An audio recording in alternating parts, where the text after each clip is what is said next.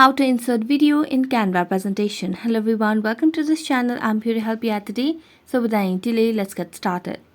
So first of all, launch the Canva application on your device and select your presentation over here. As you can see on the screen, I've already selected the presentation.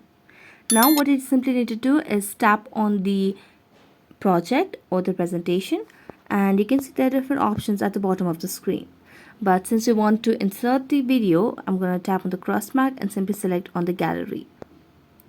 As I tap on gallery, you can simply select on the preferred video that you'd like to add on over here.